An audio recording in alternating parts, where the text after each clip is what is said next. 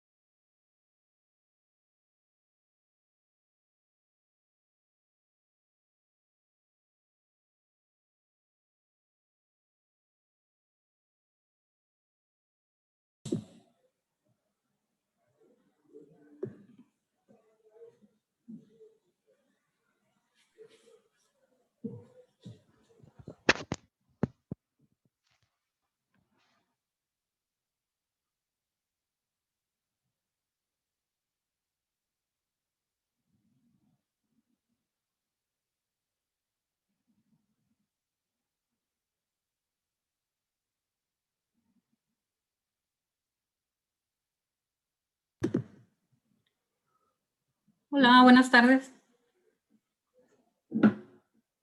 Buenas Hola, tardes. ¿qué tal? ¿Cómo están? Bien, gracias. Sergio, ¿tú eres el moderador?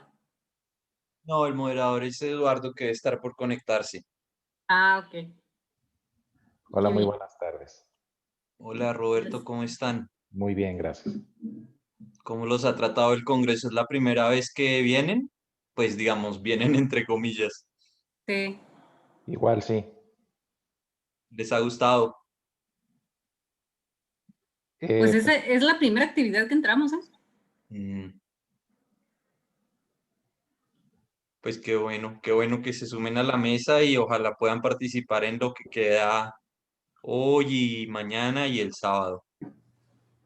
Ok. muy bien.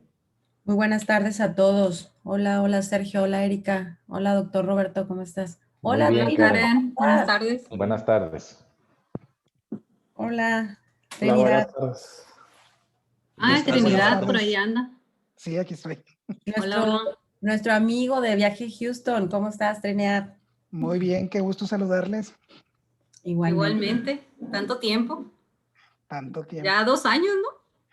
Sí, prácticamente prepandemia. De las últimas. Ni nos imaginábamos. No, que íbamos a saber. Ya sé. Tan felices que éramos, ¿no? Y no lo sabíamos. Sí, y no lo sabía. No, sí lo sabíamos. Pero ahora lo extrañamos. ¿Y la doctora Ana Luna, cómo está, Trinidad? No he sabido de ella. Bien, ahora ya está como directora en CADAC, pero ayer presentó su libro que hicieron junto con el equipo de género, el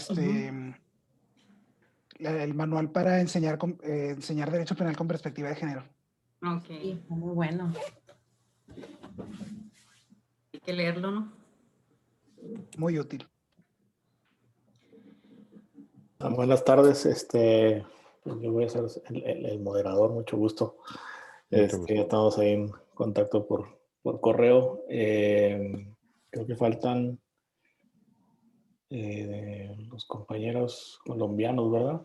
Bueno, está Sergio, pero, Está Sergio. Ujú. Me haces un honor, ya siento que me consideran mexicano. pero también. Eh, Pero no, todavía no tienes el acento, Sergio.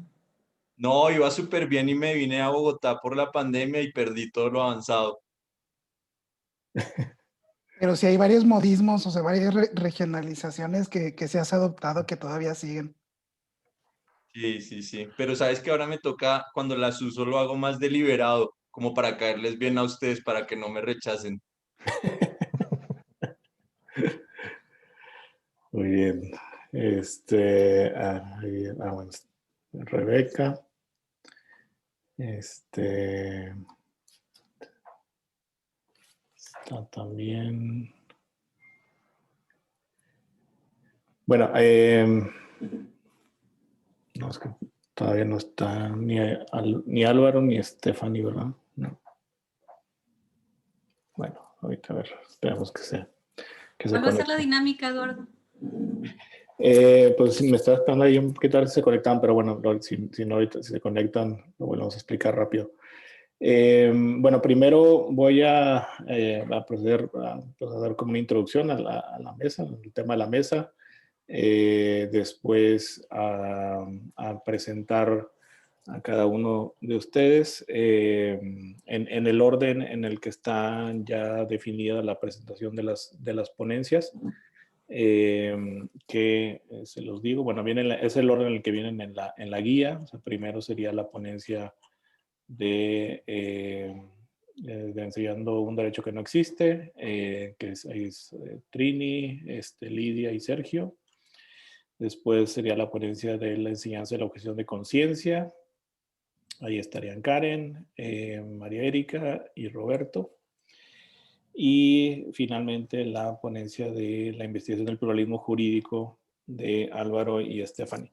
Entonces, bueno, lo voy a presentar en ese orden y después de la presentación lo que seguirá es, se van a correr los videos de las ponencias en ese mismo orden. Y al final, una vez que termine esto, empezaremos con un diálogo con base en las preguntas detonantes que por ahí se les hicieron llegar. Y que bueno, pues son preguntas como quizá muy generales, pero pensando en que pudieran ser preguntas que involucraran a los tres temas. Y yo creo que sería pues ir abordando las preguntas. Son 5 preguntas, pero pues no sé si me voy a dar el tiempo, ¿no? Pero la idea sería como hasta por ahí de las 5 o 10, dejar este diálogo con estas preguntas detonantes y pasar a las preguntas del público, pues dejando unos 15, 20 minutos para preguntas del público, si les parece bien.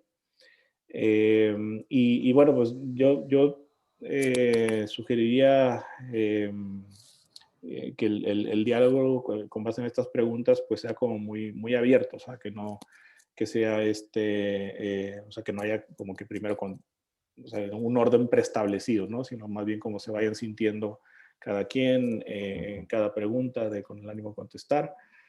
A lo mejor sí, como en cada ponencia hay varios participantes, pues si participa, digamos, alguien de uno de los grupos, pues darle oportunidad a los de otros grupos en la misma pregunta. Y bueno, si hay tiempo, pues desde luego quien quiera hacer más comentarios.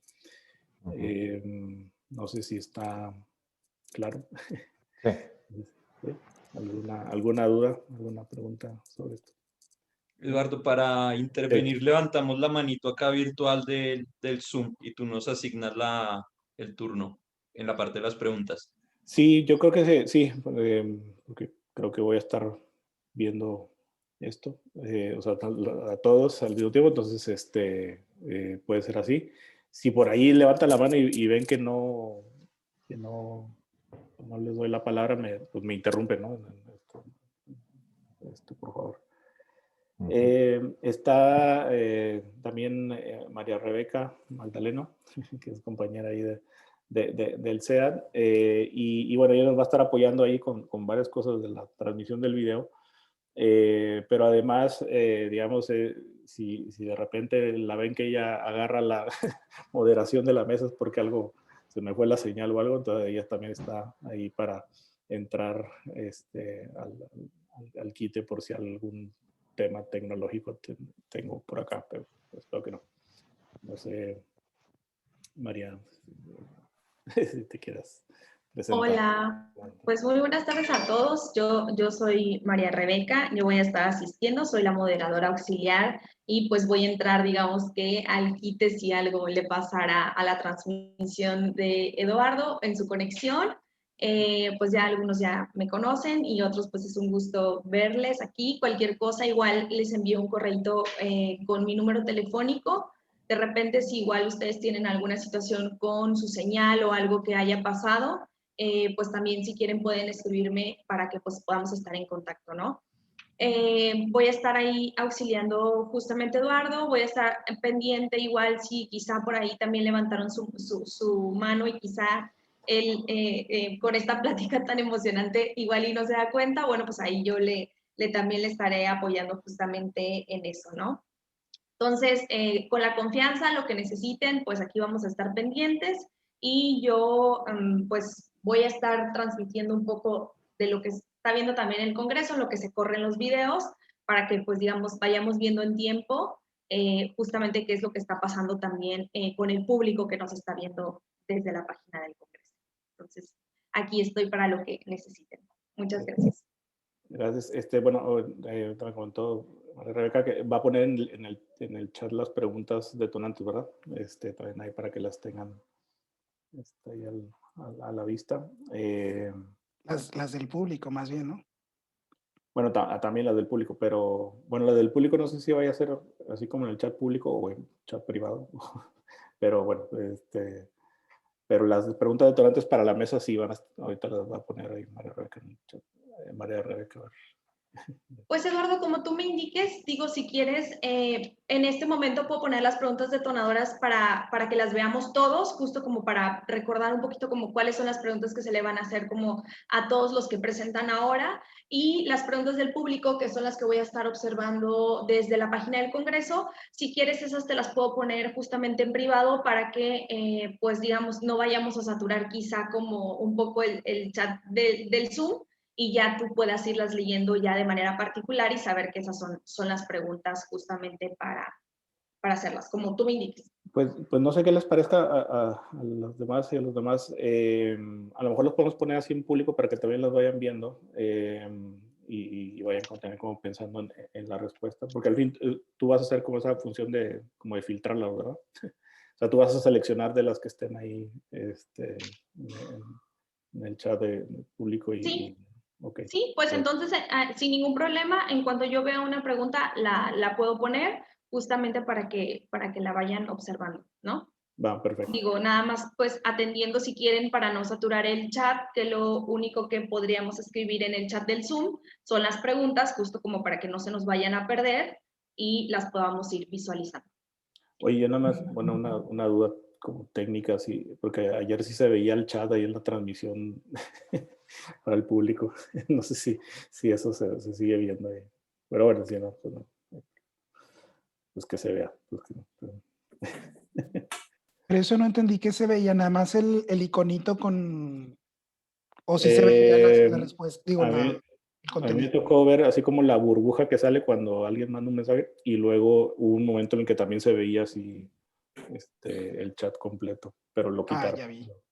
Creo que es porque la persona estaba compartiendo pantalla. Entonces, ahora como, pues digamos, yo en este caso voy a compartir pantalla para que veamos en tiempo real lo que se está viendo en el Congreso, pues lo que voy a hacer es no abrir, pues evidentemente el Zoom ni ninguna otra cosa para que ustedes solamente vean la pantalla completa del Congreso, ¿no? Perfecto. Bueno, pues entonces, vi que ya se conectaron Álvaro y Stephanie. Sí, ¿verdad? ¿Ya están ahí? Sí, buenas tardes. Buenas tardes. En un minuto les explico como la dinámica, ahorita lo estamos platicando de esto. Voy a hacer una presentación de cada uno Sí. en el orden en el que vienen en el programa que nos mandaron, en la guía que nos mandaron. Después de eso iniciarán los videos de las ponencias también en ese mismo orden y seguido continuaremos con el diálogo con base en las preguntas detonantes que están también en la guía. Sí. Y al final dejaremos unos 20 minutos, 15, 20 minutos para preguntas del público. Listo, muchas gracias. Al contrario, muchas gracias a ustedes por su participación. Y bueno, creo que ya todavía nos falta un minuto o menos. Como 5. Como 5. Ah. Sí, está viejo. No me asustes. Contexto training. Gracias. Bueno, pues ya ahorita empezamos. Buenas tardes, disculpa, ¿tengo audio? Sí, Álvaro, ya te escuchamos bien. Ah, perfecto, muchas gracias. Y en el video, ¿tengo video? ¿Sí se alcanza a ver? Ya te vemos. Perfecto. Perfecto, muchas gracias. Al contrario. Bueno, pues ya son las 4, ¿verdad? Ya vamos a empezar.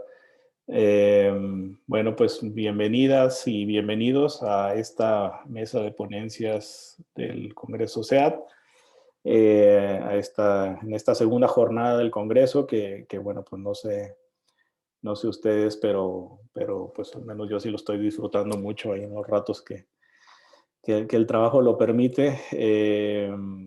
Creo que estoy haciendo un Congreso pues muy rico, muy dinámico, muy entretenido. Está padre eso de estarte cambiando ahí de actividad, como si estuvieras en Netflix o una cosa así.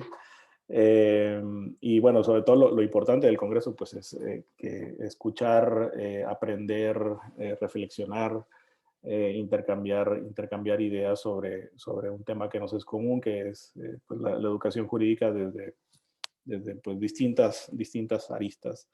Y una de ellas es precisamente la de esta mesa, sobre educación jurídica, democracia y justicia, que es digamos, un área temática del Congreso que lo que busca es motivar esa reflexión sobre el rol que juegan las escuelas de derecho, digamos, un poco más allá de la profesión jurídica, ¿no? A veces cuando discutimos sobre educación jurídica quizás nos centramos mucho como digamos,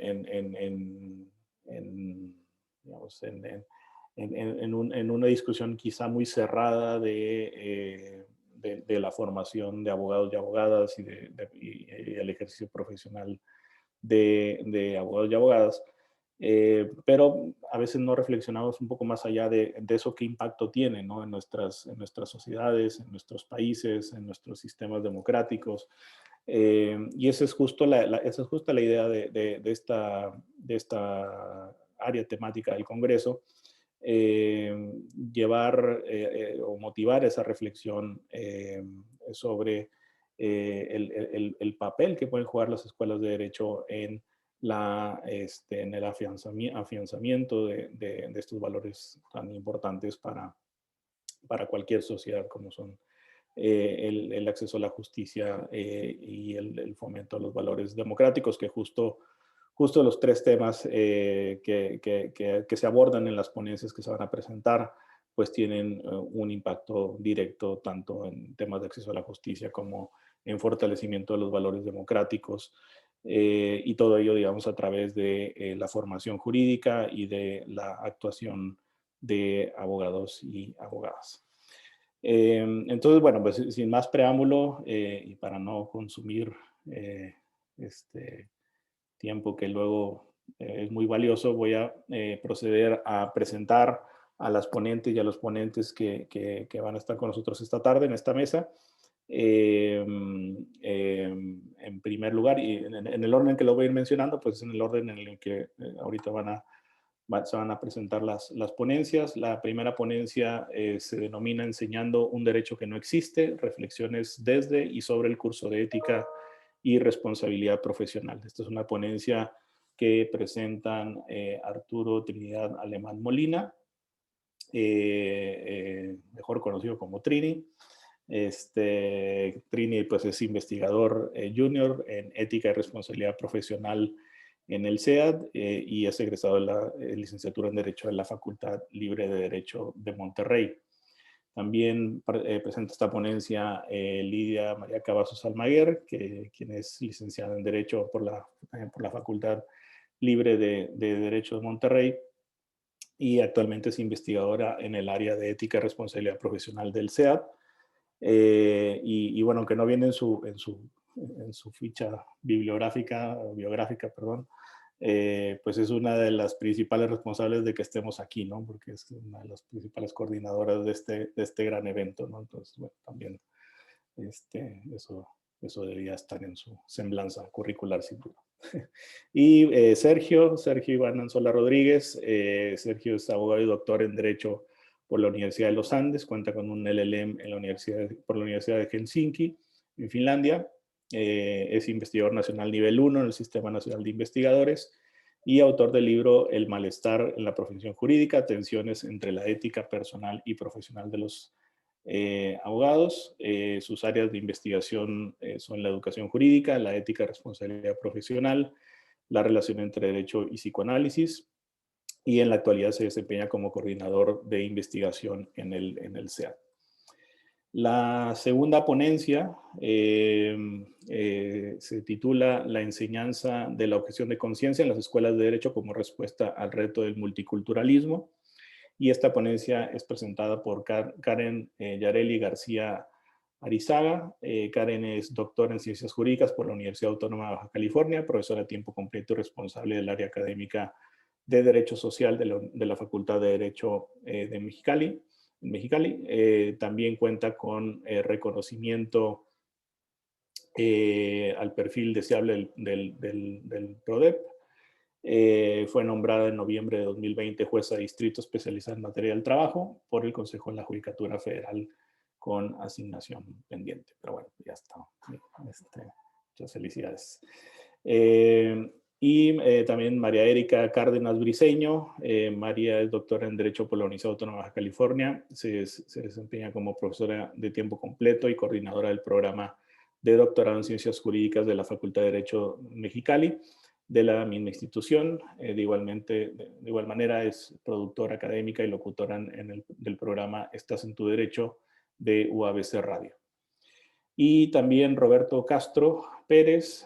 Roberto es doctor en Derecho por la Universidad Autónoma de California y labora como profesor de tiempo completo en la Facultad de Derecho Mexicali de la misma institución. Es abogado postulante y autor del libro El reconocimiento constitucional del derecho humano de objeción de conciencia. Y finalmente la tercera ponencia que se va a presentar se titula La investigación del pluralismo jurídico en Colombia, una mirada desde el positivismo. Y esta es presentada por Álvaro Hernando Ramírez Montúfar. Álvaro es doctor en Derecho por la Universidad Santo Tomás de Bogotá y magíster en Derecho Público por la misma institución, abogado conciliador en Derecho e investigador junior de Colciencias. Cuenta con gran experiencia a nivel de pregrado y posgrado en diferentes universidades en Colombia. Además es capacitador, árbitro ante Cámara de Comercio y abogado litigante. Y también Stephanie Loriet Díaz Lozada, quien es abogada y magíster en Derecho por la Universidad Mariana, así como conciliadora en Derecho con experiencia en la rama judicial de Colombia. También se desempeña como investigadora en el grupo PIPEC. Entonces, pues bueno, muchas gracias a todas y a todos por su participación en esta edición del Congreso SEAD. Y pues, sin más preámbulos, damos paso entonces a la presentación de las ponencias.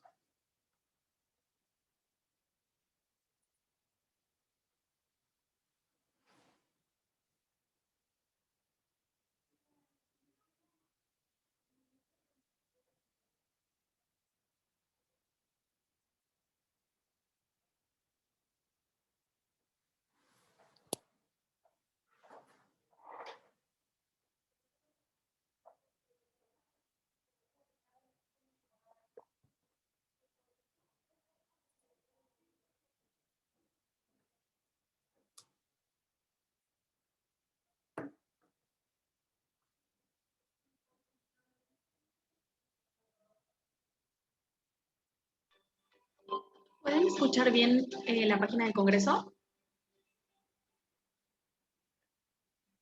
Buenas tardes a todos y todas. Mi nombre es Sergio Anzola, soy coordinador de investigación en el SEAD y les voy a presentar la ponencia Enseñando un derecho que no existe, reflexiones desde y sobre el curso de ética y responsabilidad profesional.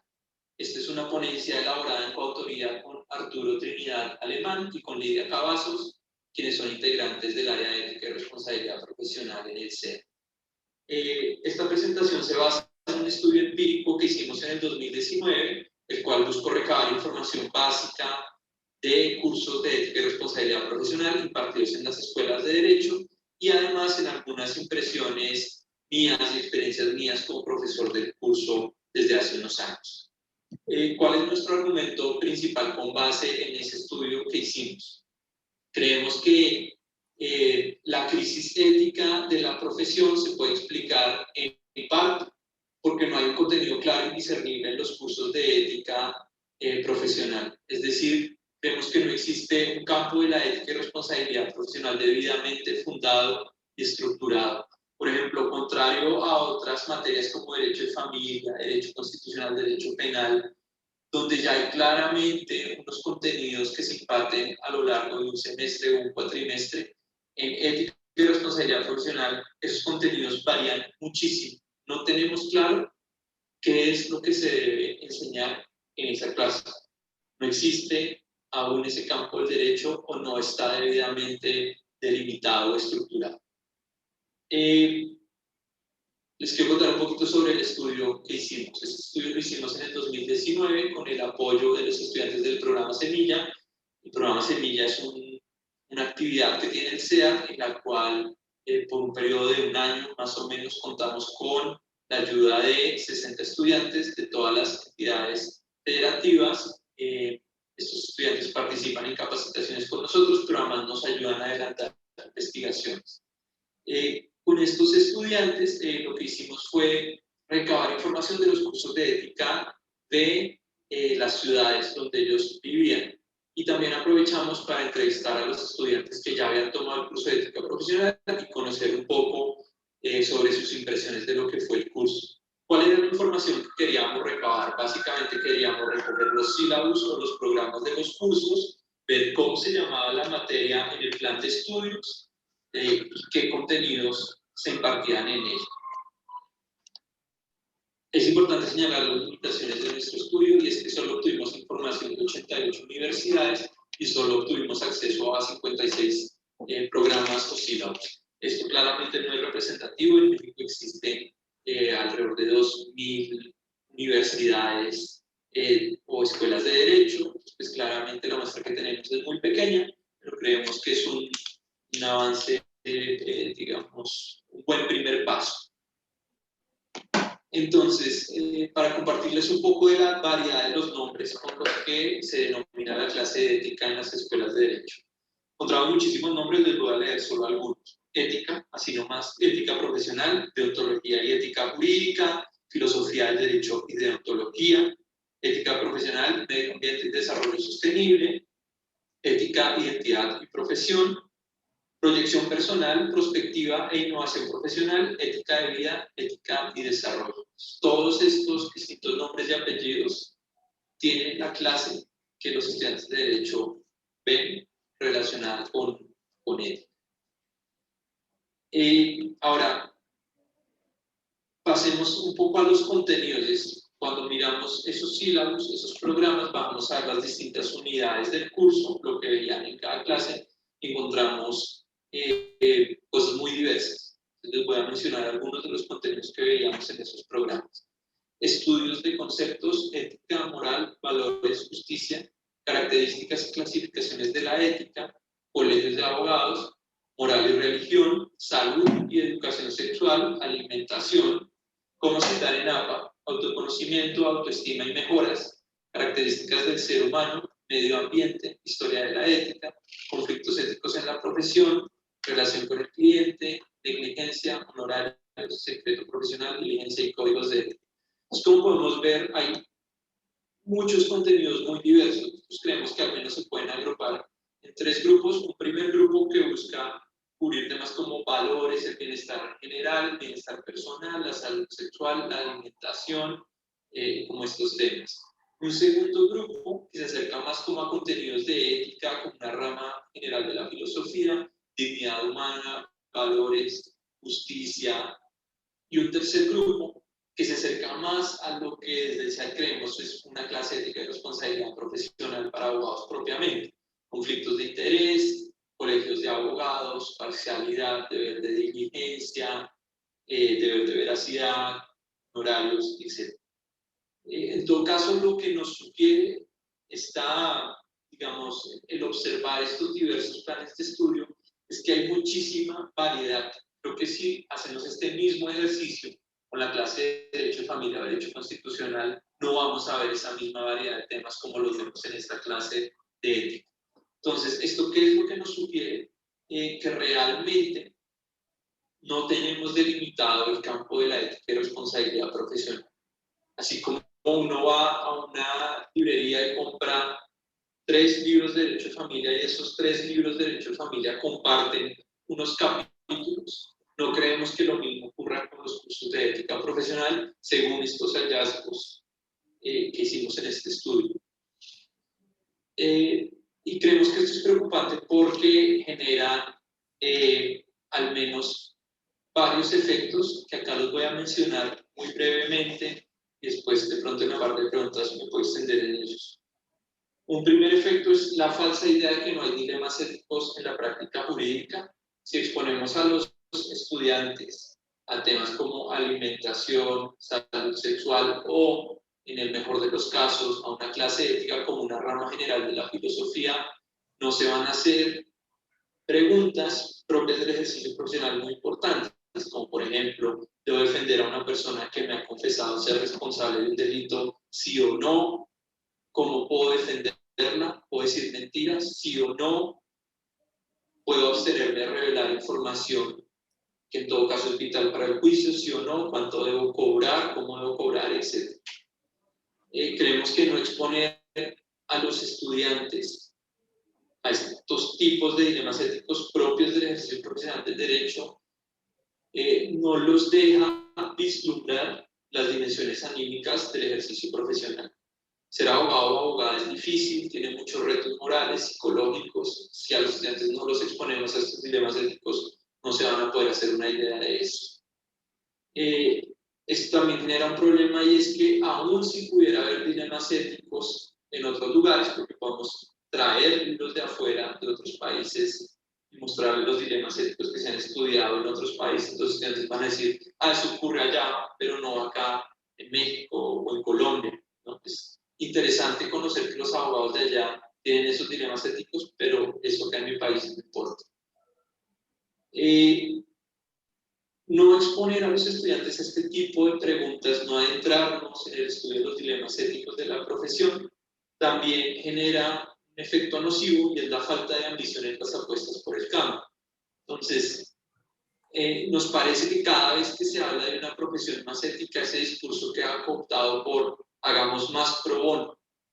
Entonces, pensamos que la única forma de hacer una profesión más ética es dándole más abogados, o dándole un abogado a cada persona, que todos tengan acceso a la justicia, no en cómo hacemos para que los abogados realicen una práctica del derecho más ética, diferente. Esto también genera la falsa idea de que el abogado ético es el que se limita a cumplir la ley o a no comparar al juez, y claro, los abogados no deberían violar la ley, no deben comparar jueces, no deben sobornar testigos, pero creemos que ser un abogado ético va mucho más allá de eso. Y también creemos que no tener este campo de la ética y responsabilidad profesional debidamente fundado y estructurado tiene un efecto muy nocivo, y es la desidia no solo por parte de los estudiantes, sino también de profesores que sienten que dictar el curso de ética es casi como un castigo, ¿no? Entonces, por el tiempo, creo que lo dejamos ahí, y de pronto después con las preguntas puedo aclarar un poco las dudas que hayan quedado. Muchísimas gracias.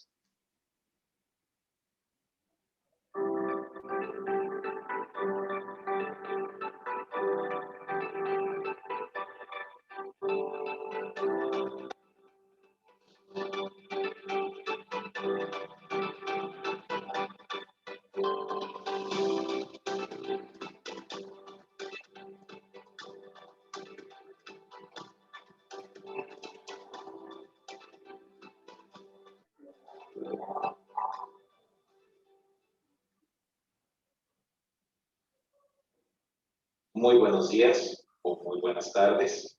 Mi nombre es Roberto Castro Pérez, y a nombre propio y de mis compañeras, las doctoras Karen Yareli García Lizaga y María Erika Cárdenas Briceño, voy a exponer el tema de la enseñanza de la objeción de conciencia en las escuelas de derecho como respuesta al reto del multiculturalismo. Podemos nosotros decir que el multiculturalismo representa un verdadero reto para el sistema jurídico, porque desafía la imposición universal de igualdad, y esto específicamente se nota en los actos de la llamada objeción de conciencia, que no es otra cosa que la desobediencia consciente, libre y desde luego informada del cumplimiento de una norma jurídica en virtud de un imperativo moral, religioso o, en fin, de conciencia. En este sentido, si la conciencia individual es producto de una cultura en que se vive, que forma la propia identidad, evidentemente que el multiculturalismo implica conocer también la objeción de conciencia, que está, que ya dijimos, estrechamente relacionada con él. Ahora, en las escuelas de derecho, en los centros donde se forman a los futuros legisladores, a los futuros abogados, juristas, en fin, Frecuentemente la objeción de conciencia tiene un tratamiento deficiente. Se ve de manera parcial, generalmente asociada a otras formas como son la desobediencia civil, y esto dentro de un segmento simplemente pues de materias como deontología o axiología jurídica, algún curso probablemente de teoría de la justicia, y que por lo tanto no se ve a profundidad. El resultado consideramos que ha sido el que en la legislación mexicana no se tenga claro pues un tratamiento unánime.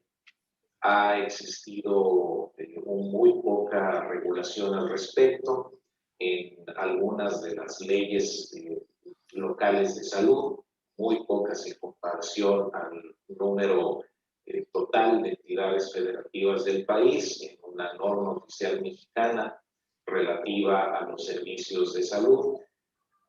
Y desde luego, si bien es cierto que existe en nuestra Constitución Federal el reconocimiento expreso de las libertades de pensamiento, de conciencia y religiosa, sin embargo, a diferencia de otras constituciones, como es por ejemplo la española, no hay una mención específica de la objeción de conciencia.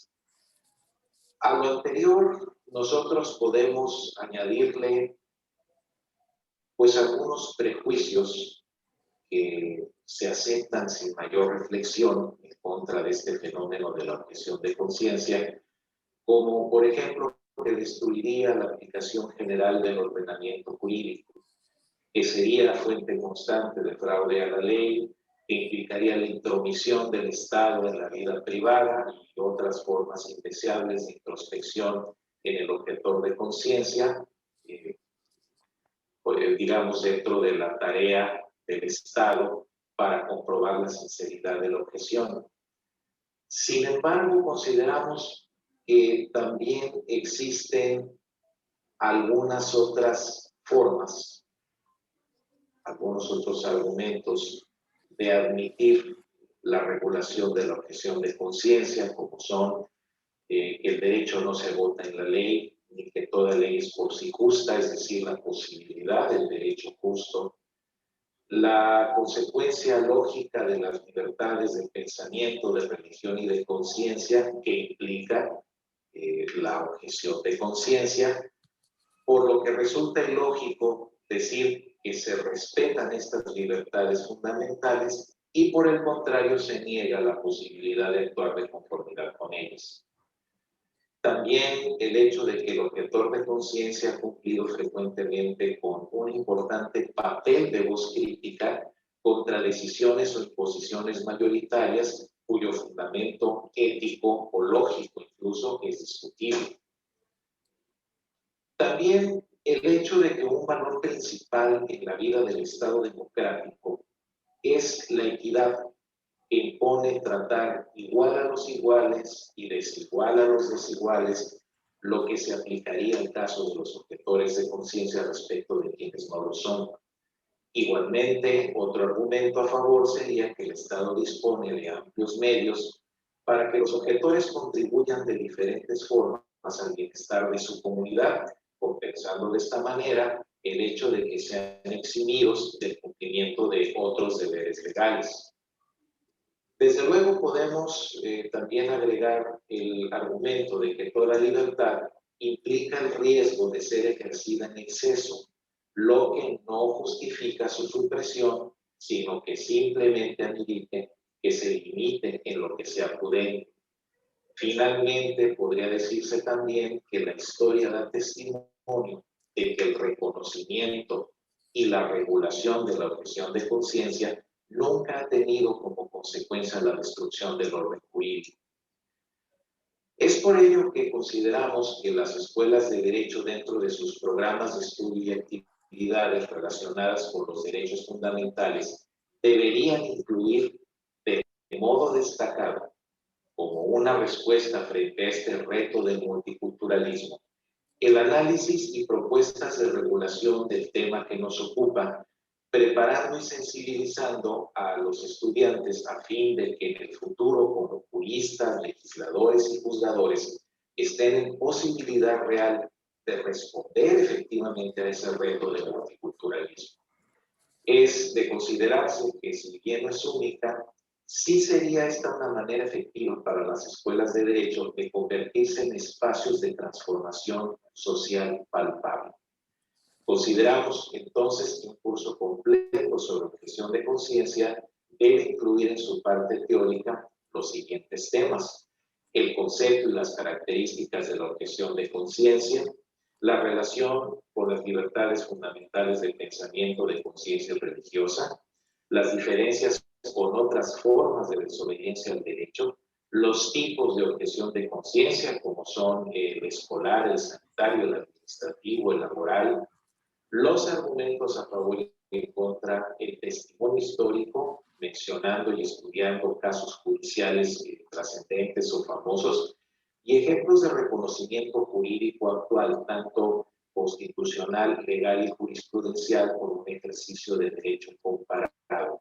Desde luego, en esto analizar la situación jurídica en México del tema de la objeción de conciencia. Pueden hacerse, desde luego, complementos de esta formación teórica con actividades como trabajos individuales o en equipo, consistentes en elaborar un proyecto de ley para regular la objeción de conciencia, el debate sobre casos reales o ficticios del mismo tema. Y desde luego pueden verse también algunos filmes destacados referentes al tema, como es el de Un hombre para la eternidad, película del año 1966, El gran combate de Muhammad Ali del año 2013, Hasta el último hombre del año 2016 y Una vida oculta del año 2019. Como conclusión, podemos decir que la objeción de conciencia es uno de los aspectos más visibles y controvertidos del fenómeno del multiculturalismo, que debe regularse debidamente por el Estado y que las escuelas de derecho, como primeras responsables de formar a los futuros juristas, previa revisión crítica y reforma de sus planes y programas de estudio, deben tratar con detenimiento este tema. Muchas gracias.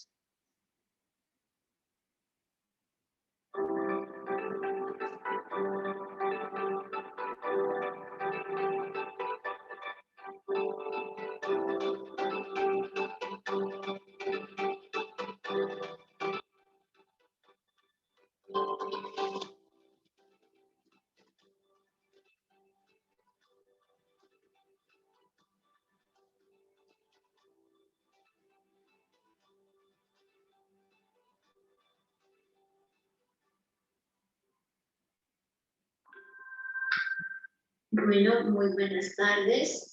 Queremos agradecer al Centro de Estudios sobre la Enseñanza y el Aprendizaje del Derecho, CEAP de México, por la invitación. Me presento, mi nombre es Estefanía López Díaz Lozada, soy abogada, magíster en Derecho con énfasis en público y cuento con una amplia investigación en temas de tecnología y derecho.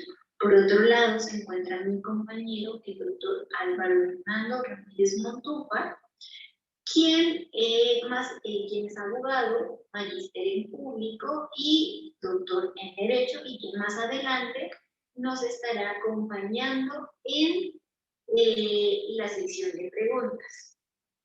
Bueno, vamos a empezar. Primero que todo, nuestra ponencia se titula La investigación del pluralismo jurídico en Colombia, una mirada desde positivismo. Segundo, y antes de iniciar todo esto, queremos contarles que Colombia cuenta con 102 etnias. Sin embargo, existe una discusión respecto de esto, porque algunos colectivos manifiestan que no son 102, sino que son 115 etnias, pero no se ha llegado a un consenso, ya que dan reconoce legalmente siempre a 102 Hz. Por otro lado, tenemos 737 resguardos legalmente constituidos, ubicados en 234 municipios y 27 departamentos, que equivalen, para el caso mexicano, a estados. Bueno, ¿por qué la diversidad? La diversidad se habla aquí porque en la Constitución de 1886 de Colombia, la diversidad no era un tema muy fuerte a tratar. Una constitución, digamos, lo que no se ajustaba a esa realidad que el país pedía a gritos. Por eso que se da la constituyente, donde se incluyen distintos actores. Entre ellos se encuentra, por ejemplo, el constituyente Lorenzo Muelas, que representaba a las comunidades indígenas. La idea aquí era llegar a una convivencia pluralista dentro de la unidad constitucional, donde se presentara la existencia de diversos principios que conforman una colectividad. Pero esto no es solo de Colombia, sino que viene del convenio 169 de la OIT, que fue ratificado por la Ley 21 de 1991 y que se llevó a cabo también en el desarrollo de la Constitución, de la naciente Constitución en ese momento, de 1991. Por otro lado, encontramos que en las universidades se comienza a hablar de la investigación, ¿sí? Es necesario que se hable de un desarrollo continuo de la aplicación de la interpretación del derecho. ¿Por qué? Porque el derecho es cambiante, el derecho no se queda estancado, cambia. Y es por eso que es necesario hablar de un derecho indígena, el cual ha desembocado en un círculo hermenéutico donde las investigaciones desafortunadamente simplemente se quedan en la parte dogmática e ignoran a veces qué está pasando con ese derecho propio. ¿Por qué? Porque podemos hablar de un derecho propio que existe en Colombia y que muchas veces los estudiantes, por evitar salir a hacer trabajos de campo y tener ese contacto con las comunidades, o esas comunidades se cierran y no permiten hacer ese contacto, no se puede llegar a conocer el fondo de ese derecho propio que ellas tienen.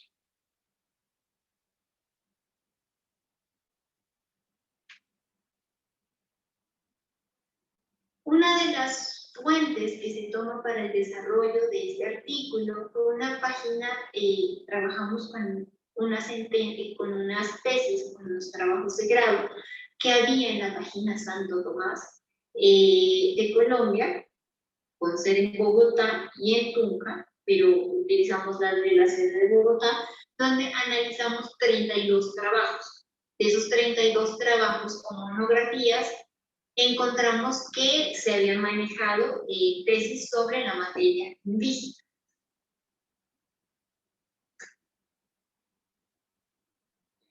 Y que se estaba comenzando a dar en ese momento un auge por la investigación indígena. Y esto es realmente positivo, ya que el estudiante tiene una mayor cercanía con la problemática actual de nuestro país, ya que desafortunadamente en Colombia seguimos relegando a las comunidades indígenas y relegando ese derecho propio, a pesar de la lucha que estas comunidades han tenido. ¿Cuáles son las problemáticas que se presentan? La primera problemática, si pudiésemos acercarla un poco más, regáleme un segundo, por favor.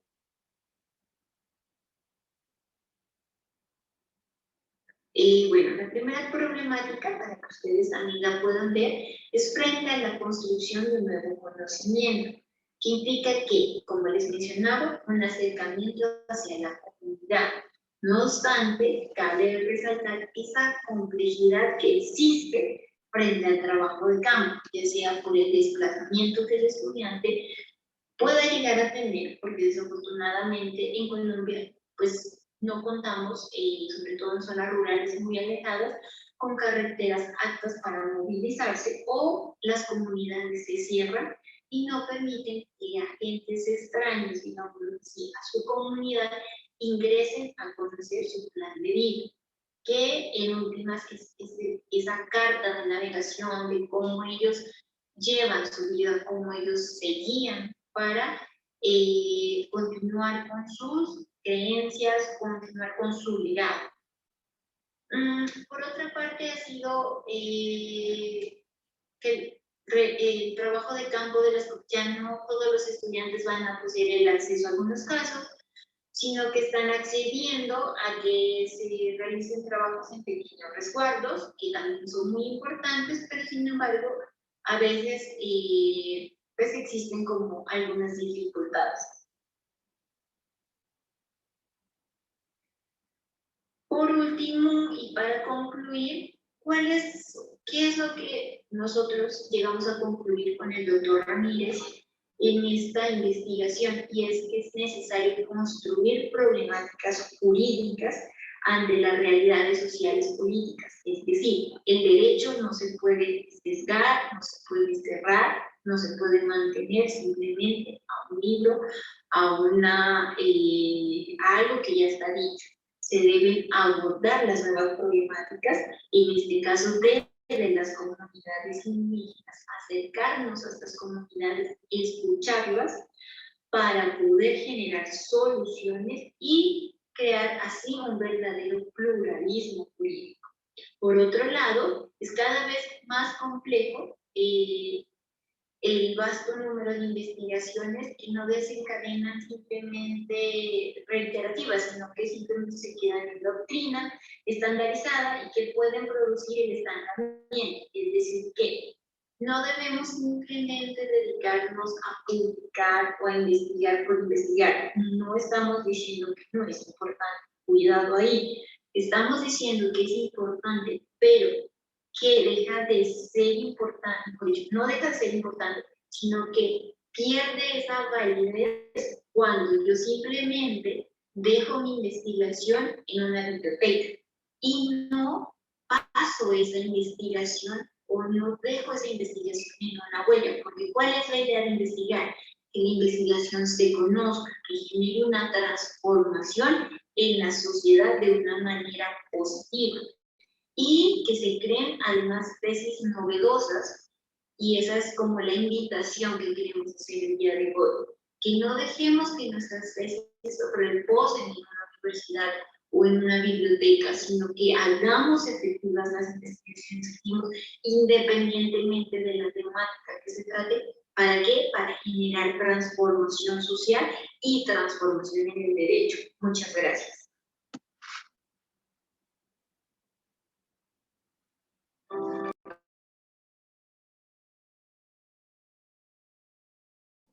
Perdón, tenía el micrófono apagado. Bueno, pues muy bien, pues ya hemos escuchado la presentación de las tres ponencias. Muy interesante los tres temas, sin duda. Y bueno, vamos entonces a dar paso a, pues, a este diálogo que, bueno, como lo platicamos antes de empezar, pues la idea es que sea lo más como fluido posible, y adelante en el momento en que quiera cada quien ir interviniendo. Yo quisiera iniciar con una pregunta quizá un poco más general. Ahorita podemos como ya entrar más concretamente a los temas que se han presentado, pero quisiera a lo mejor pedirles una reflexión inicial un poco más general sobre, y que está conectada con sus temas, sobre cuál consideran que es el rol que juegan las escuelas de derecho, o si lo quieren abrir un poco más, las universidades, digamos, contribuir al afianzamiento de valores democráticos, el acceso a la justicia, es decir, más allá de la formación, hablando de escuelas de derecho, más allá de la formación abogados y abogadas, ¿qué otro rol podemos esperar de las escuelas de derecho, o es deseable que tengan, o es exigible que tengan, ¿no? Yo recuerdo hace algún, bueno, es un tema que se reactiva, ¿no? Constantemente sobre todo cuando pasa algo, pero hace algunos meses, a raíz de diversos como conflictos sociales, pues no solo aquí en México, sino en otros países, se cuestionaba mucho, ¿no? Sobre qué están haciendo las escuelas de derecho, qué pueden hacer las escuelas de derecho ante esos problemas. Entonces, yo les invitaría a una primera reflexión así un poco más general sobre cuál consideran que es el rol que juegan las escuelas de derecho en estos elementos claves de consolidación del Estado democrático, de acceso a la justicia, que al final todo está como muy vinculado. ¿Quién quisiera empezar? Así como un primer saque. A ver, Sergio. Muchas gracias, Eduardo, y qué bueno verte por acá. Pues yo creo que frente a esa pregunta, yo creo que primero hay que pensar algunas cosas sobre las escuelas de derecho o sobre los abogados. Y creo que las escuelas de derecho son importantes primero porque muchísimas personas estudiamos derecho, hay muchísimos abogados y abogadas, entonces creo que nada más en volumen como que ya es grande, ¿no? O sea, ese es un primer punto. Segundo, creo que por la importancia que tiene el derecho y las personas que operamos el derecho en la vida social, y eso ocurre pues en distintos escenarios, ¿no? Como cuando hablamos de abogados y abogadas, siempre pensamos en los escenarios judiciales litigando, pero, pues obviamente hay muchos valores en juego en la forma en la que los jueces dirimen las disputas, a qué le dan prioridad cuando chocan dos valores, etcétera, pero también en escenarios no judiciales, por ejemplo, los abogados que asesoran como consultores, en negociaciones, ahí se juega mucho también. Y por otro lado, también uno no puede olvidar que pues, los abogados y las abogadas, o sobre todo los abogados, pues si tenemos en cuenta que hace un tiempo la profesión estaba más masculinizada o era, digamos, preponderantemente dominada por hombres hace unos años, pues los abogados tenían mucho poder en el espacio público, en la política, en el ejecutivo, y pues ahí hay mucho en juego. O sea, la forma en la que esas personas las educamos en las escuelas de derecho y luego cómo pasan a ejercer el poder político, pues es clave. Entonces, por eso yo creo que nada más valdría la pena como poner un ojo en lo que está pasando en las escuelas de derecho y cómo forman en valores. Y ya como en la pregunta por concreta de cuál rol juegan, pues creo que el rol depende de cada escuela. O sea, creo que en unos casos puede ser un rol mínimo o más pasivo, ¿no? Como cuando las escuelas tienen una visión muy positivista del derecho y es más o menos como aquí están las reglas, apliquemos las reglas y ya está. Pero yo creo que ese es un paradigma que si bien tiene fuerza, pues lo hemos ido abandonando.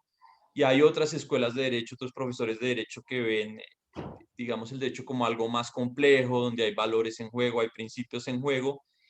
Y ahí creo que las escuelas o los profesores y profesoras que ven el derecho así, pues pueden jugar un rol más ambicioso, más responsable, pero en todo caso puede ser ambiguo y retomo algo que salió en la mesa de hoy en la que participaron Hugo Seleme, Celeste, Javier, y era este tema de que no es solo lo que los profesores y las profesoras enseñamos, sino cómo enseñamos, ¿no? Entonces podemos tener profesores que se toman digamos, en serio la parte de los valores como en la impartición de la clase, pero luego en el día a día del aula, en el trato a los estudiantes, en respetar los derechos de los estudiantes, pues ahí no se lo toman tan en serio. Entonces es un lenguaje o digamos como un mensaje contradictorio y ambiguo.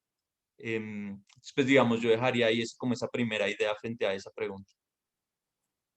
Excelente, muchas gracias, Sergio. Karen y después Trini.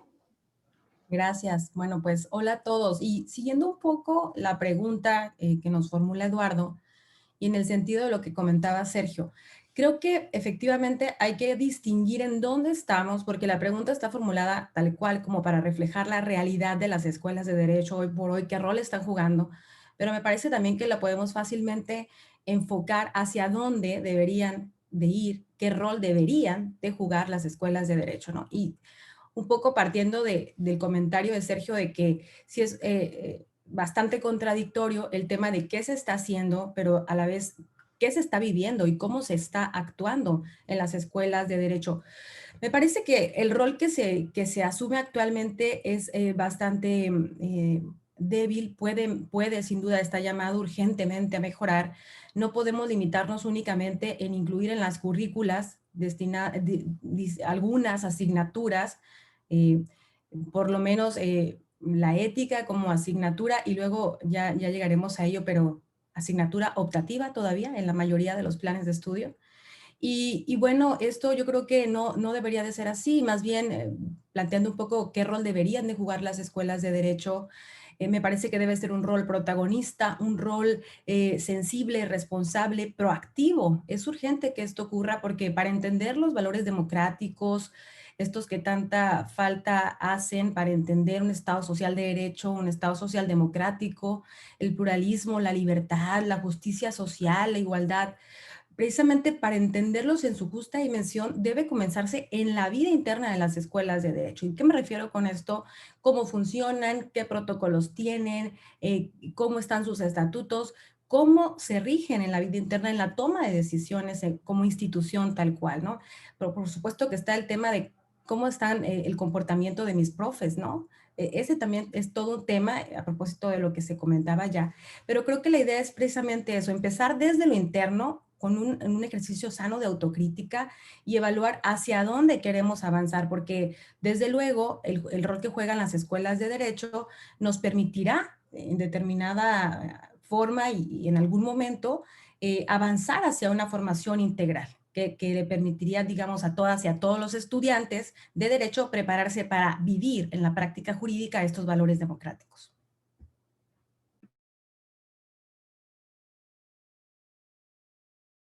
Perdón, Trini. Gracias, Cam. Bueno, creo que no voy a alcanzar a decir algo muy distinto, pero igual quiero dejar en claro. Una cosa muy importante es que, bueno, hay que desmitificar la idea que está muy arraigada todavía de que en las escuelas de derecho no hay nada que enseñar porque los valores se enseñan en casa. Creo que son dos cosas muy distintas. La profesión exige un rol muy distinto a como sería una persona en su cotidianidad. Entonces, lo primero que le corresponde a las escuelas de derecho es enseñar los valores propios de la profesión, así como los principios, reglas, pero centrarse en la profesión. Como ya lo veíamos en la ponencia, es increíble la cantidad de cursos que solo se abocan a la ética como rama de la filosofía y no exploran más allá dentro de la profesión jurídica. Ahora, un segundo punto que ya lo tocaba Karen, debe generar la autorreflexión. Creo que esto lo aborda un poco más Sergio en su libro, pero uno de los principales problemas por los cuales no existía o no existe un campo bien fundado o bien cimentado, no existen contenidos de ética profesional, es precisamente porque los y las profesionistas no nos damos cuenta de nuestros propios dilemas éticos. Entonces, desde la escuela de derecho, desde las escuelas de derecho, debería haber un ejercicio de autorreflexión, autocrítica, autoconciencia sobre el ejercicio de la profesión. Y por último, bueno, y también rescatando lo que señalaba Hugo Seleme en la ponencia de la mañana, enseñar con el ejemplo. O sea, los docentes, las docentes, les corresponde tener un rol activo, no solo en la enseñanza de los valores, sino también en poner el ejemplo de cómo ejercen ellos su profesión. Y bueno, la escuela debe buscar este tipo de perfiles.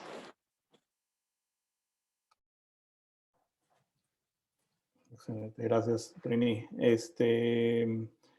Álvaro, perdón, nada más, porque cuando vimos como las indicaciones todavía Álvaro y Estefan no se conectaban, entonces si quieren participar, pues nada más levanten la mano virtual o así con señas, como gusta. Pero bueno, Álvaro tiene levantada la mano. Adelante, Álvaro. Bueno, muchísimas gracias. Considero que la pregunta es muy importante, pero yo quiero anexar algo, digamos, desde la perspectiva que tengo desde Colombia, sobre todo desde el lugar donde me encuentro, que es Nariño, donde nosotros tenemos 6 pueblos indígenas que nos representan y otro pluralismo. Y es, de cierta forma, el rol del derecho, ¿sí?, frente a los valores democráticos, pero desde el pluralismo jurídico. Que esa es una pregunta mucho más compleja, debido a que, de cierta forma, cuando yo observo el papel no solamente del docente, de la academia, sino también tengo que observar el papel del estudiante. ¿Qué se está llevando el estudiante?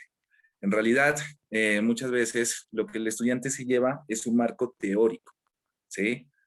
Y en este momento, cuando yo hablo de pluralismo jurídico, cuando yo hablo de que existen realidades donde difieren las cosmovisiones, porque lo que es democracia para mí puede ser diferente de democracia para el pueblo Agua, y lo que es diferente para el pueblo Aga puede ser diferente para el pueblo Inga.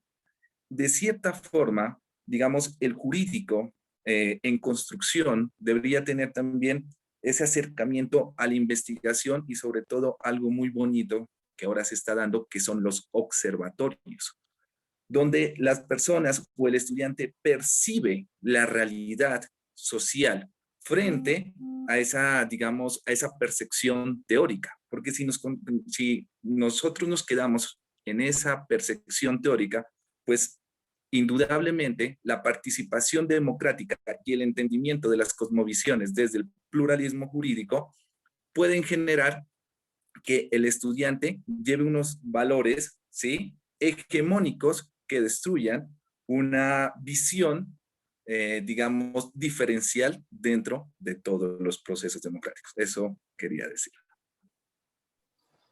Gracias, Álvaro. Y sí, sin duda muy cierto lo que dices. Roberto, levantaste la mano. Muchas gracias. Agregaría simplemente que este papel de las escuelas de derecho, yo lo considero verdaderamente primordial, sobre todo cuando en las últimas semanas pues hemos tenido de parte de nuestro primer mandatario aquí en México el cuestionamiento abierto a la labor tanto de abogados como de jueces, que al margen de quien esté de acuerdo o no con lo que ha expresado nuestro presidente de la República, pues ciertamente que ha puesto pues en forma abierta, en forma muy descarnada a veces, esta discusión sobre cómo es que realmente se ejerce la profesión jurídica, pues en este caso tanto del lado del postulante, de quien procura justicia, como de quienes administran justicia, que es algo que tradicionalmente sí se veía desconectado de la enseñanza del derecho, es decir, se decía el estudiante de derecho egresa y pues sí, va inocente y se enfrenta a la dura realidad donde ahí se le muestra a veces que es totalmente lo contrario.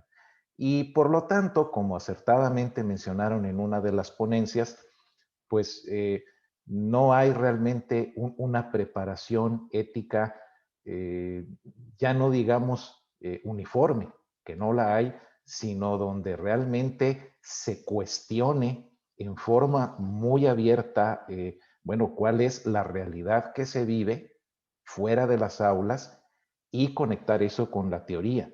Y entonces tener una verdadera formación sólida y que ese alumno, esa alumna ya egresando, bueno, pues pueda entrar al mundo real, al del ejercicio profesional, pues con una idea mucho más clara de qué es lo que se debe y lo que no se debe hacer. Críticas siempre las va a haber, pero bueno, por lo menos que el papel de preparación, de formación que tienen las escuelas de derecho, pues sea más completo. Diríamos que por nosotros no quede, ¿verdad? Gracias. Gracias a ti, Roberto. Pues, sin duda, ideas muy interesantes, muy provocadoras las que han salido aquí. Retomando nada más, porque me quedé pensando mucho en lo que dijo Álvaro, que tienen mucha razón, ¿no? O sea, solemos tener como esta concepción de conceptos y como democracia, derechos humanos, que bueno, también así nos los venden, ¿no? Como universales, pero bueno, también hay que entender que hay otras cosmovisiones del mundo igualmente válidas, que pudieran no compartir algunas de estos principios, o sí, y simplemente llamarlos de otra manera. Yo creo que coincidimos en muchas cosas, ¿no? Pero el acercarnos con esa apertura y con esa humildad también, como abogados y abogadas, pues es fundamental para ir construyendo y que el abogado y la abogada puedan hacer justo ese papel de, pues al menos de no contribuir más a la ruptura del tejido social, ¿no? Y en el mejor de los casos, pues contribuir a solucionar conflictos entre distintas visiones del mundo, que también pues se conecta mucho con el tema de la objeción de conciencia, ¿no? que se mencionaba, que también implica un ejercicio de tolerancia importante y que es pues un valor esencial de cualquier sistema democrático. Y bueno, el ejemplo que ponía ahorita sobre el debate que ha salido en los últimos días, en el que no me voy a meter, pero sí es bien interesante cómo ha despertado, cómo es de esos temas que despierta esa reflexión sobre el papel ético de la abogacía, ¿no? Entonces, creo que también ahí a lo mejor Sergio puede tener ahí un caso más ahí para el estudio del análisis de cuestiones éticas de ejercicio profesional. Bueno, pues justo podemos entrar quizá ya un poco más a sus respectivos temas, con una pregunta a lo mejor un poco horizontal, pero que a lo mejor cada quien la puede abordar desde la perspectiva de los temas que presentaron. O sea, ¿por qué es importante que en las escuelas de derecho se enseñe realmente y se enseñe bien la ética profesional?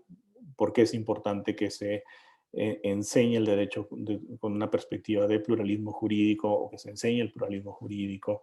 ¿Por qué es importante la enseñanza de la objeción de conciencia en un entorno multicultural?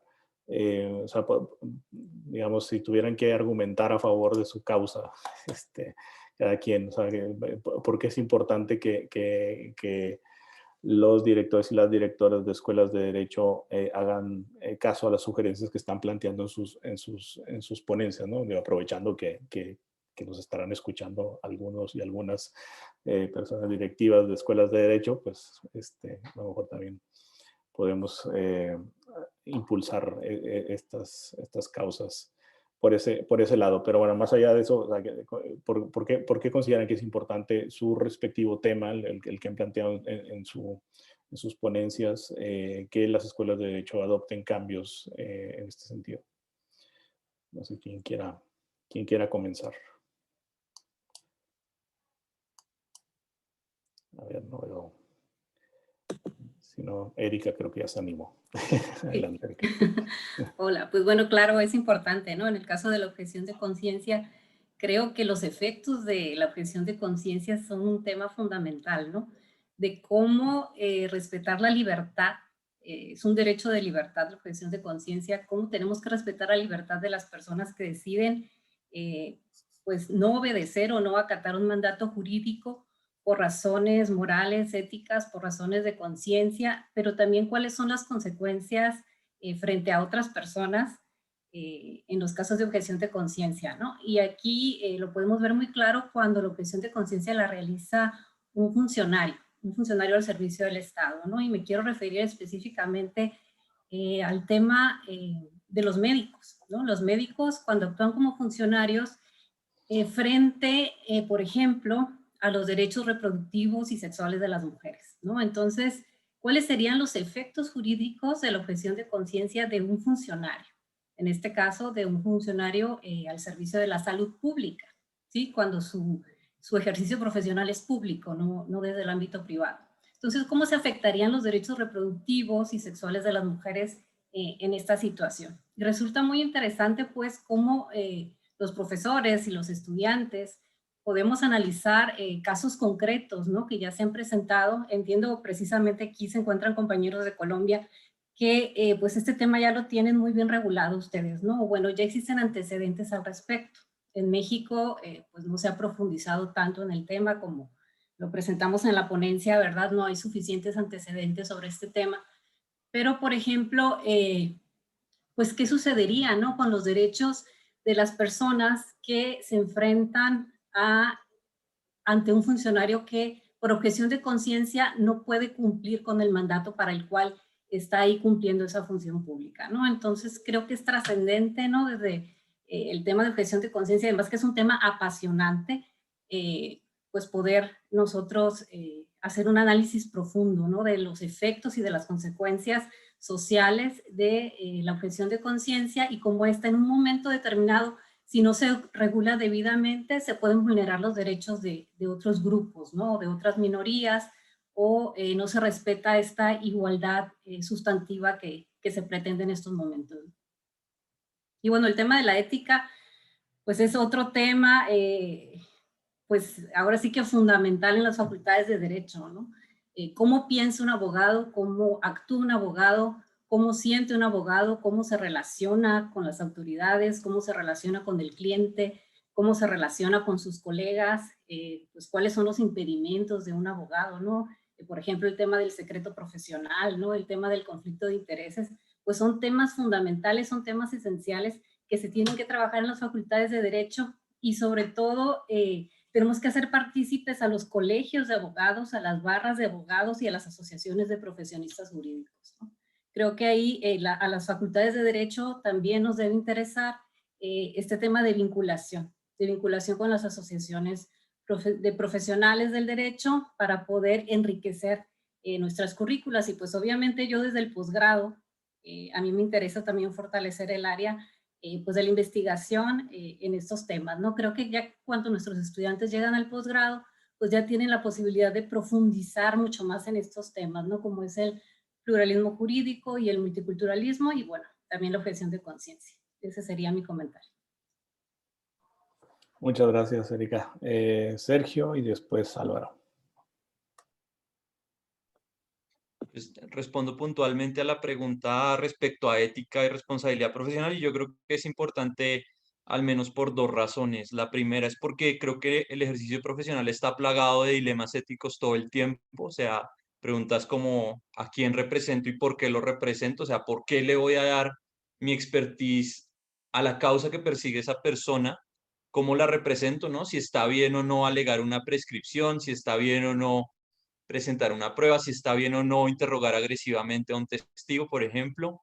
Creo que, o sea, en todo el ejercicio profesional hay muchas de esas preguntas, o sea, está plagado de dilemas éticos y se supone que un curso de ética y responsabilidad profesional que esté bien diseñado y bien impartido, pues le va a ayudar a los estudiantes a identificar esos dilemas primero y luego a solventarlos. Y eso es importante porque la forma en la que los estudiantes, futuros abogados y abogadas, resuelvan esos dilemas éticos va a impactar la vida de sus clientes, pero también de la sociedad, del ordenamiento jurídico y de ellos mismos. Y ahí voy a la segunda razón. Creo que o sea, enseñar ética y responsabilidad profesional es muy importante porque tenemos que darnos cuenta, tenemos que lograr que las aspiraciones personales, es decir, los valores en los que yo creo, las cosas que yo quiero, las cosas por las que yo vivo, las pueda perseguir a través de mi trabajo. O sea, mi trabajo no debería ser solo una manera de adquirir un sustento económico, sino debería ser también la forma de ser feliz en mi vida. Y creo que cuando empezamos a lograr que los estudiantes se pregunten eso, pues lo piensan dos veces antes de decir, quiero representar a este cliente o no, ¿será que yo estoy de acuerdo con lo que persigue ese cliente? Y cuando se preguntan eso honestamente, creo que llevan vidas profesionales más felices, ¿no? O sea, creo que hay que lograr eso de yo me desempeño en mi trabajo porque quiero un salario, pero más porque quiero ser feliz, no hay que fraccionar nuestras vidas en esto de 8 a 5, defiendo a los clientes que sean, simplemente porque ese es mi sustento económico y no me importan sus causas, y de 5 de la tarde a 10 de la noche voy y siembro árboles, doy limosna, recojo la basura, como que compenso, no, yo creo que hay que tratar de lograr cierta congruencia entre nuestras aspiraciones personales y profesionales. Y creo que un curso de ética profesional bien diseñado debería apuntarle justamente a eso. Gracias, interesante. Álvaro. Muchísimas gracias. Bueno, yo siempre tengo un aspecto crítico, ¿no? Un pensamiento crítico. Y justamente cuando hablamos del tema de ética, recuerdo una obra que es la Ética de Nicómaco, de Aristóteles, y la represento siempre con un ejemplo a los estudiantes. Les digo, si una persona hace un doctorado en ética, ¿la persona es ética? Si una persona culmina su doctorado en ética, ¿eso significa que la persona es ética? De cierta forma, las respuestas, la mayoría son negativas. Establecen que la ética es totalmente diferente al marco teórico. Y justamente esa distinción entre sabiduría teórica y sabiduría práctica es la que se deben enseñar en las escuelas de derecho. El problema es que, así como lo decía un gran humorista que teníamos en Colombia, Jaime Garzón, él decía, es que básicamente las escuelas nos están enseñando cosas que de cierta forma no las necesitamos posteriormente. Y mira que en bioética, por ejemplo, se ha establecido que un acercamiento para que una persona sea ética es, por ejemplo, la empatía, las emociones.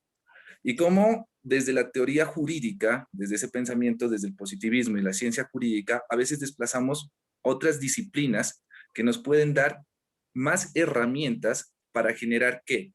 Personas o seres humanos que generen esos valores de empatía, de altruismo, ¿sí? Esas virtudes que dentro de la sociedad se van a reflejar y claro, por supuesto, va a existir una transformación.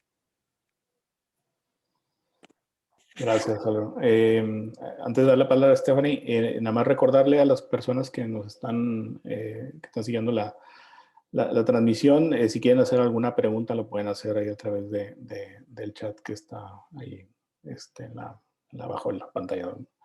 Stephanie, adelante. Bueno, muchas gracias. Buenas tardes. Considero que es necesaria la formación de la ética, el pluralismo jurídico y el multiculturalismo en los profesionales. ¿Para qué?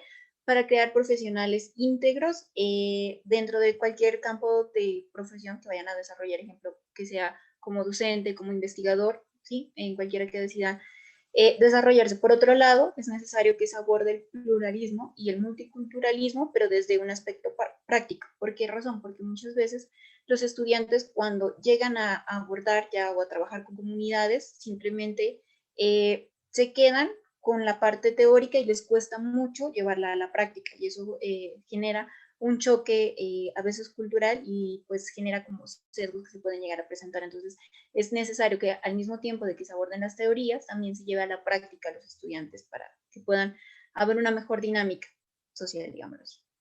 Muchas gracias. Gracias.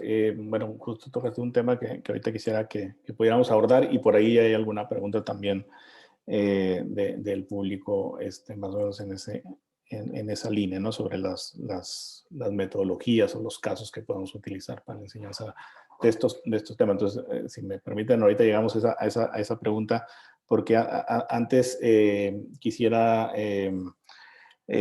preguntarles sobre,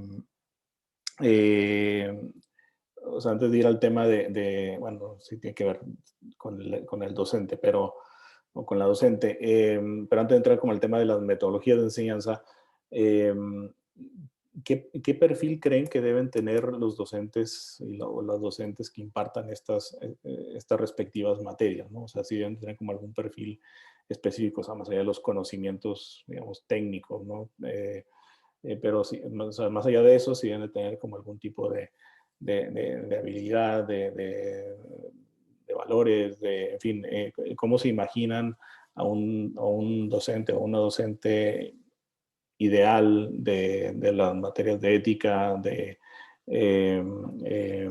objeción de conciencia de una perspectiva de multiculturalismo y de pluralismo jurídico o investigación sobre el pluralismo jurídico, ¿no? ¿Cómo se imaginan estos docentes o estas docentes? Karen y después Roberto. Gracias. Pues mucho en el sentido de lo que se ha venido comentando, porque creo que abona esta pregunta al hilo conductor que estamos siguiendo. ¿Cuál sería el perfil ideal? Quizá no hay un solo perfil ideal, pero quizá hay algunos componentes que pudiéramos identificar en un perfil más o menos idóneo para impartir este tipo de clases, ¿no? No solo la ética, también el pluralismo y por supuesto el multiculturalismo.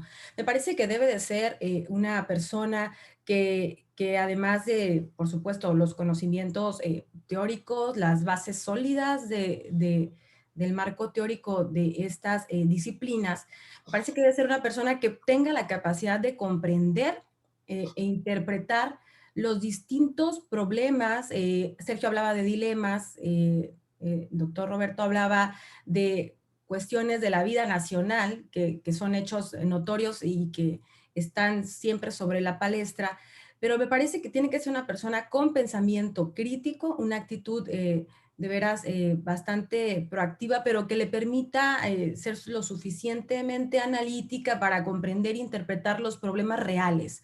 Y eso tiene mucho que ver, y quizá me estoy adelantando porque ya nos avisaste, Eduardo, que vas hacia allá, hacia las metodologías, pero quizá tiene mucho que ver con la forma de enseñar. Entonces, el perfil del docente sin duda tiene que ser congruente en cuanto a sus prácticas y digamos si es también un profesionista que se dedica a la práctica, sin duda su desempeño tiene que ser congruente con lo que enseña en el aula y sobre todo que tenga la capacidad de enseñar a los estudiantes, a las y los estudiantes en la forma en la que ellos están necesitando hoy, ¿no? Formas novedosas y un poco, pues, alejarnos ahí de la clase magistral y todos estos temas que seguramente comentaremos adelante. Gracias. Antes de seguir, qué interesante lo que dices ahorita de la congruencia, ¿no? Porque creo que en las tres materias es fundamental, ¿no? O sea, creo que no son imaginables docentes de ética o de objeción de conciencia o de pluralismo jurídico que no sean congruentes con esa visión del derecho, ¿no? Lo decía en la mañana en alguna mesa que moderó el licenciado Roble de la Facultad Libre de Derecho de Monterrey, ¿no? O sea, que la peor lección que podemos dar como docentes es la falta de congruencia, ¿no? Hacia nuestros estudiantes. A ver, entonces estaba, me parece que Roberto, ¿verdad? Sí, Roberto y luego Sí, Sergio. gracias. Yo añadiría a lo que ya mencionó Karen, que pues no únicamente se tiene que tener una base sólida, que es muy importante, desde luego, estar, como dicen, informado de lo último, el llamado estado del arte, sino que lo que debe tener quien realice la función docente en estos temas es que debe estar plenamente convencido de los temas que está enseñando. Se habló de congruencia entre lo que se enseña y lo que se hace, sí, de acuerdo, pero también le tiene que entusiasmar. Es decir, tiene que estar plenamente convencido de que hay que seguir una ética determinada, de que eso tiene que tener un impacto social, de que puede llevar a pues, un desarrollo, un fortalecimiento de estos valores democráticos, a ser una mejor sociedad, de que realmente se está contribuyendo a algo. Dicen que nadie puede dar lo que no tiene. Entonces, a un alumno, a una alumna se le tiene que poder entusiasmar, se le tiene que transmitir esas ganas de querer transformar al mundo.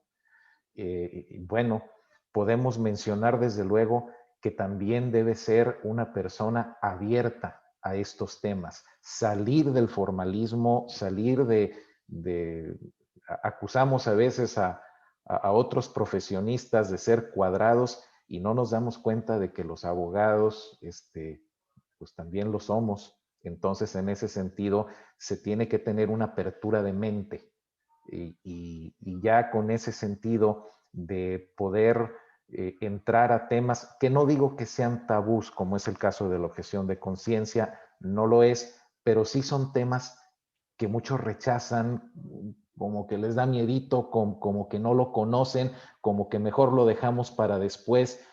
Y bueno, pues así se va, ¿no? Finalmente yo creo que ya el papel pues que debe tener quien ejerza la docencia en estos temas tan importantes debe comprender pues ese perfil tan importante, todos esos activos. Gracias. Gracias, Roberto. Sergio y después Álvaro. Gracias, Eduardo. Pues yo creo que además de lo que ya han dicho, obviamente el conocimiento técnico, las habilidades didácticas, el ejemplo y la congruencia en ética que son clave. Yo creo que hay otras características que son fundamentales para una persona que quiera enseñar ética en una escuela de derecho, y uno es la capacidad de fomentar el debate entre los estudiantes, de escuchar, de sopesar argumentos, de tener calma y sobre todo de amplificar voces que a veces no se escuchan o que los estudiantes tienen temor de expresar, ¿no? Pasa mucho en la clase de ética que uno pone un caso de secreto profesional donde el abogado, al guardar el secreto, le está haciendo un daño muy grande a alguien, y algún estudiante quiere levantar la mano y decir: yo revelaría el secreto porque siento que está mal eso. Y muchas veces a los estudiantes les da miedo decir eso, les da miedo ir en contra de el resto del grupo, y creo que ahí es clave un profesor como que sea capaz de sacar esas voces que pueden ser tímidas, pero que son claves, pues para que la clase arranque, para que haya un debate y podamos ver los argumentos de lado y lado. Entonces yo creo que ese es uno, como esa capacidad de fomentar el debate. Otro, creo que una persona que se dedique a enseñar ética y responsabilidad profesional tiene que ser muy perseverante. O sea, es un campo que, como lo mostraba en la ponencia, es muy solitario, con poco interés hasta ahora, donde a uno le toca remar contra la corriente. Lo que uno dice en la clase, probablemente lo contrario lo dicen en otras clases, en las prácticas profesionales. Entonces, creo que es un campo como de mucho músculo, de perseverar mucho y seguir. Y en ese mismo sentido, y muy conectado a lo que decía Roberto, y estos dos últimos puntos son un más me acusa personal, creo que uno tiene que tener mucha fe. O sea, a veces pienso en mi clase, ahorita estoy pensando en mi clase, y a veces lo que uno muestra es una visión muy triste de la práctica, que es cierta, que es lo que está pasando, pero si uno no logra salir de esa tristeza y mostrarle a los estudiantes: oigan, esto puede cambiar y hay ejemplos buenos, pues esa tristeza se les contagia, ¿no? Entonces, creo que uno tiene que mostrarles fe, y a veces la fe es eso, pues creer sin ver, pero darles como esa ilusión que creo que es importante. No va a estar con el conocimiento y las habilidades que uno les dé, uno tiene que darles fe. Y otra cosa que también es un me acusa, y que creo que es muy importante que todas las personas que enseñamos esta materia lo tengamos, es que aprendamos a ser estratégicos. Y cuando digo estratégicos me refiero en dos frentes: en la forma de impartir la clase, que es a lo que entiendo que va la siguiente pregunta, ¿no? Como, ¿cómo hago para que los estudiantes se enganchen? Pero también ser estratégico dentro de las escuelas de derecho. ¿Cómo hago para que este curso cada vez esté más sólido y más afincado en el currículo, ¿no? Entonces, ¿cómo me alío con profesores de otras materias para que, por ejemplo, en derecho de familia empiecen a hablar de ética profesional, en penal, en constitucional, en fiscal, ¿no? ¿Cómo me muevo en esa red? Y eso implica ser muy astuto, pero además también muchas horas extras de armar seminarios, buscar al profesor, volverse un twitter y empezar a mover las cosas en Twitter, no sé. Hay que ser muy estratégicos en eso, y pues al menos ese es un me acusa personal. Quisiera mejorar en esas dos cosas, tener más fe y más estrategia. Gracias, Sergio. Excelente. Álvaro y después Erika. Muchas gracias. Hay una cuestión, y es que, digamos, desde la materia que nosotros acá en Colombia impartimos, el pluralismo jurídico se imparte más que todo desde el derecho constitucional. Cuando hablamos del derecho constitucional acá, revisamos mucho lo que es la jurisprudencia. Pero existe una diferenciación de la jurisprudencia, por ejemplo, de 1992 al 2004 en Colombia, y es algo que ahorita no lo están haciendo la Corte Constitucional y deberían nuevamente enfocarse, y es que cuando existen problemas de pluralismo jurídico, las respuestas no están en la teoría del derecho, sino en otras disciplinas. Por ejemplo, la sociología jurídica, la antropología, ¿sí? Desde cierto punto, yo diría que el pluralismo jurídico no se puede contestar solo con el derecho, sino que de cierta forma debe llegarse a la población, debe entenderse a la población, y para eso, digamos, las metodologías de otras asignaturas u otras disciplinas generan esa conversación. Y por otro lado, un segundo punto que es muy importante es el rol del estudiante. Creo que el rol del estudiante desde el pluralismo jurídico ya no debe ser un simple receptor de academia, solamente receptor de clases magistrales, no, sino que debe investigar, debe abarcar esa realidad, debe irse a observar esa realidad y a partir de eso, empezar a formar una visión, digamos, pluralista, que tenga un diálogo multicultural. Excelente, muchas gracias, Álvaro. Pues bueno, pasamos entonces a la siguiente pregunta, que me gustaría conectarla con una pregunta que nos hizo el favor de plantear Marco Antonio Sandoval, que le enfocó al tema de ética, pero creo que pudiéramos como también ampliarla, porque justo tiene que ver con una pregunta que tenía preparada, que es sobre las metodologías, ¿no? O sea, cómo enseñar mejor estas materias, ¿no? La ética, la objeción de conciencia, el pluralismo jurídico. Y bueno, Marco Antonio hacía referencia a si tuvieran un caso como para compartir, insisto, lo enfocó al tema de ética, que Sergio no solamente tiene un caso, tiene un libro de casos, pero bueno, o sea, además de que nos comparta ahí Sergio sobre el tema de ética, en sus respectivas materias, ¿cuál consideran que serían como las mejores metodologías para enseñarlo? Y bueno, y si tuvieran como algún caso así al que pudieran hacer referencia, estaría genial. No sé quién quiera empezar. Erika.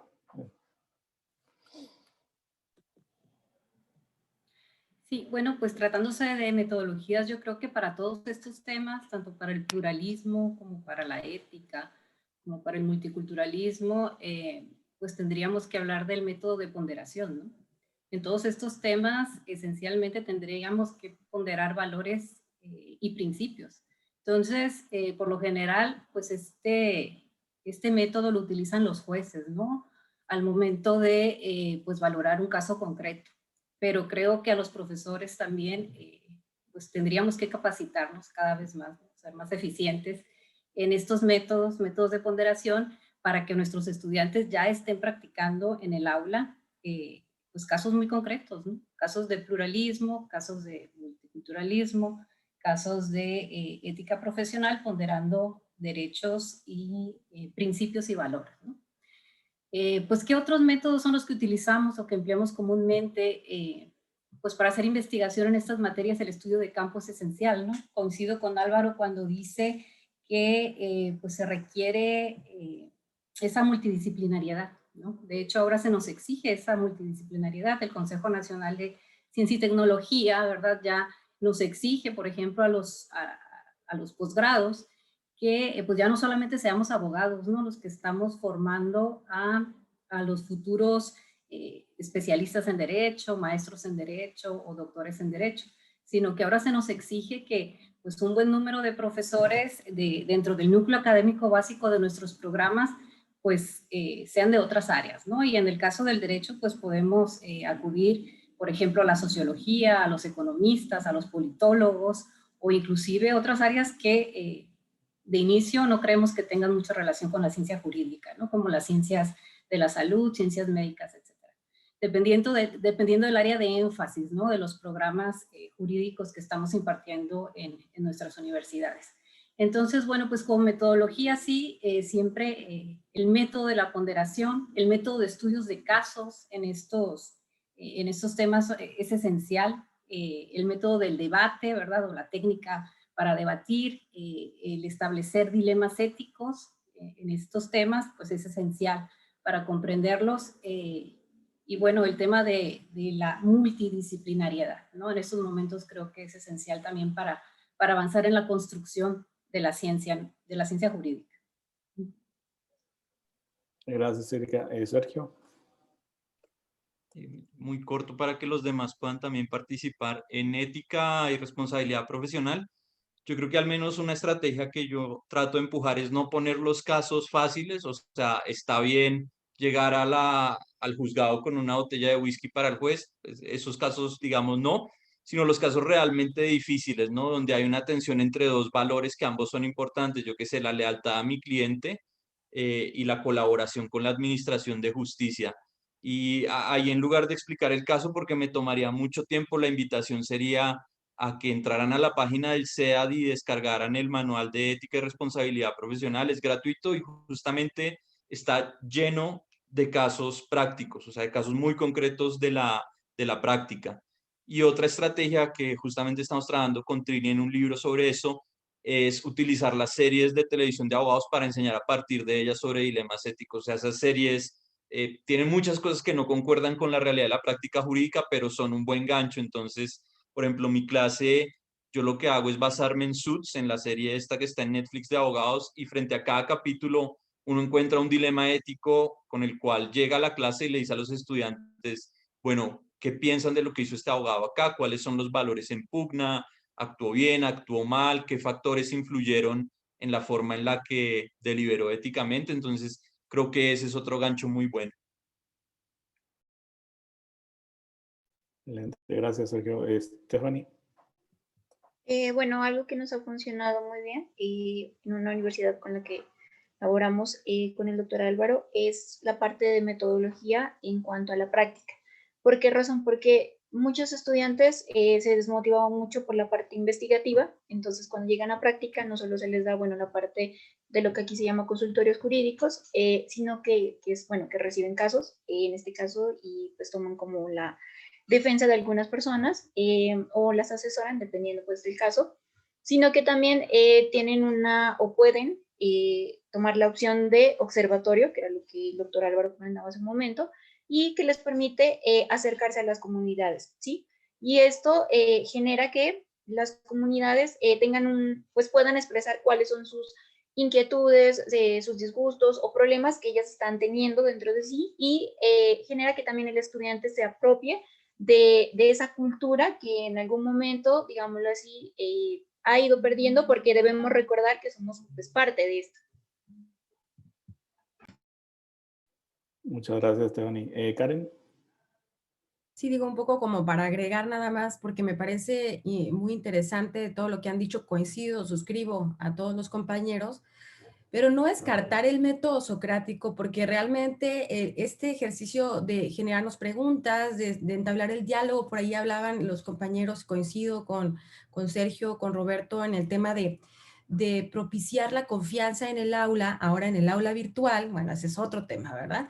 Que trae otras vicisitudes, pero propiciar el ambiente para que también estudiantes, las y los estudiantes se sientan suficientemente cómodos para hablar incluso de posturas que podrían incluso separarse, ¿no? De lo que se espera, de la solución tradicional al caso problemático. Sin duda, el estudio del caso, el método del caso, eso debería de permanecer, y la resolución de problemas complejos. En esa parte coincido ahí con Sergio. Nada más para no extenderme más. Muchísimas gracias. Pues justo se nos ha agotado el tiempo, o sea, se ha ido rapidísimo. Se quedaron ahí dos preguntas del público, pero bueno, aquí la mesa las tiene en el chat, entonces si pudieran retomarlas y quizá responderlas por otra vía, si no, como quieran, en el Congreso hay todavía muchos espacios de coincidencia en las sesiones de networking. Podemos aprovechar también para seguir estos diálogos y bueno, invitarlas a todos y a todos a que continúen con las actividades del Congreso hoy, mañana y el sábado todavía. Muchas gracias a todas y a todos los participantes de esta mesa. Felicidades por sus ponencias y bueno, pues terminamos justo con esto. Muchas gracias.